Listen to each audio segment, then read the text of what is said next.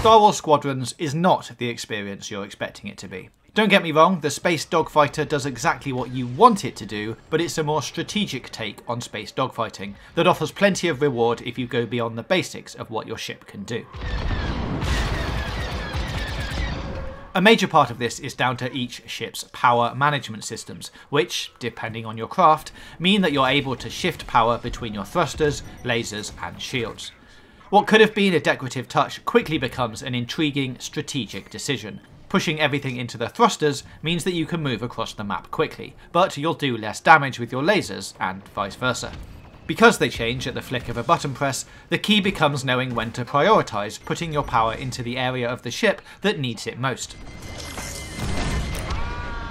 This type of control also extends to how your ship actually flies.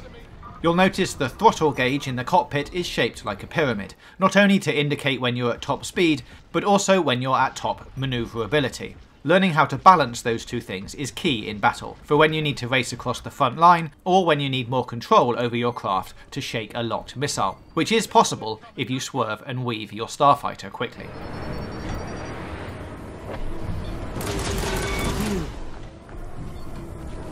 All of this is before we even mention the ships themselves. There are a total of 8 in the game, with 4 classes for you to choose from.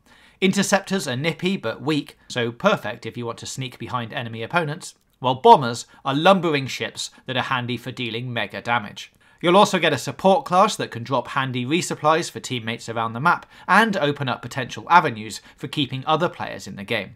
Each felt distinctive, and alongside the different designs in each cockpit, offer up opportunities for you to either focus on perfecting your skills in one craft, or learning when best to redeploy in a different ship.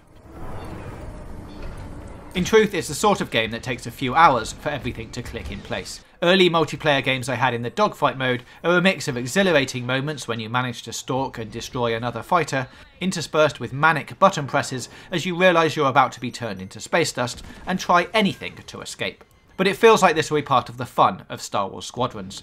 This is most keenly felt in fleet battles, a multiplayer mode that initially reminds me of Battlefield's Grand Conquest, where you and your squadron attempt to push back the enemy's front line, giving you opportunities to attack their bigger ships in the fleet, and eventually destroy their capital ship, a Star Destroyer for the Empire and an MC-75 for the New Republic.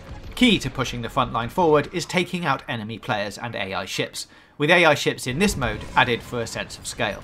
If either team manages to take out enough of the other team's players, boosting their morale meter, they'll get a chance to push forward while the other team defends. That's not a static condition though, with matches swinging between offense and defense as your team works their way to the final ship to destroy. The result is an engaging and large battlefield with small moments where you feel like you're part of the Star Wars universe. One moment sees me spawn in with the enemy's raider bearing down on my team's capital ship. I'm in the nimble but weak A-wing and can see it's on low health thanks to the fires that are breaking out across its hull. I make a beeline towards it, and this is what happened next. And it's moments like that that make you feel completely immersed in the world.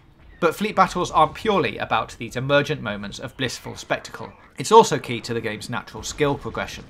As you're learning the ropes early on, you'll focus on targeting big objectives with whatever craft you feel most comfortable in, while as you get more used to the rhythms of the game, the aim is that you start to experiment with the game's meta, changing your ship throughout the game as and when the situation demands.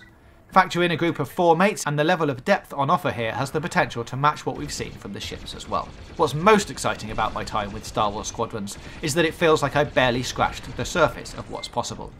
Whether it's the fleet battles I take part in that are enjoyably scrappy as everyone tries to figure out what the best plan of attack is, to the multi-minute dogfights that can see a hunter become the hunted in the blink of a second, there's clearly plenty for all talented pilots to learn and explore just from playing the game. How well you'll be able to may depend on if you can rally a squad together, or trust your flying skills with people you're matched with online.